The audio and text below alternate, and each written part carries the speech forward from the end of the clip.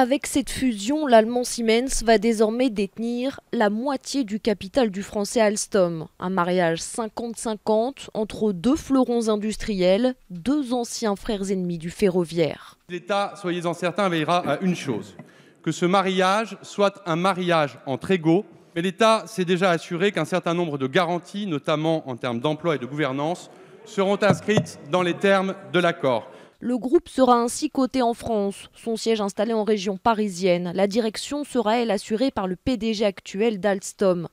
Enfin, le nouvel ensemble s'engage à ne pas supprimer de postes lors de cette fusion, du moins les 4 premières années. Ensuite, tous les scénarios restent ouverts, que ce soit au niveau de l'emploi ou du poids de Siemens. De fait, l'Allemand risque de prendre le contrôle du groupe.